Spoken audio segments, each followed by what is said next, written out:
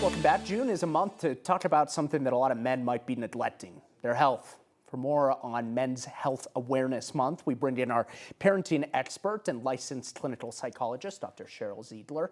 We want to start just why is it important to talk about men's health? I feel like it's something for a lot of guys they just don't think about or don't talk about. Yeah, we have to talk about it because they don't talk about it, right? You all don't talk about it.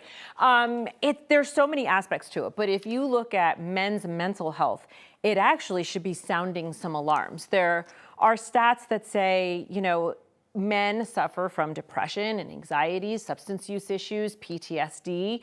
And in men, those can look like, it doesn't necessarily look like sadness. Maybe the things that we imagine in our heads. For men, it can look like irritability and anger or withdrawal.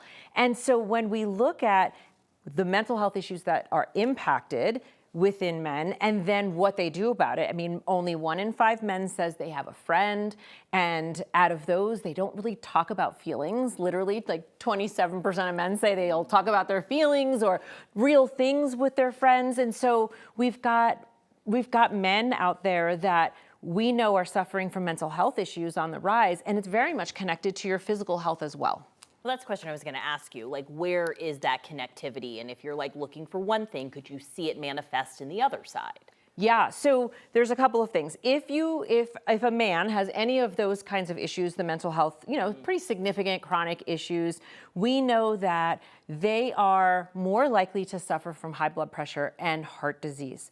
And they're very, very closely connected. So one of the things that some studies show is that it's not just the quality of life. So men not talking with friends or talking about their feelings or getting help when they need to, it affects the quality of their life, but literally the quantity, the years of their lives. They live shorter lives because we need social connection in order to just thrive. And then if you have a mental health issue, you do need some help. And so men are still, not so willing to talk about these kind of things. Yeah, after a long week or whatever, I'll say, I'm just gonna go on a hike or take the dog for a walk. Just get out in nature and be by yourself or think about the week and kind of make everything work. And everybody has different ways of connecting with themselves and thinking about it. But what are some practical tips that you can give to maybe a bunch of guys who don't really talk about mental health? Yeah, well, that's one of them. One of them is to be physical and be outside in nature. That helps for sure.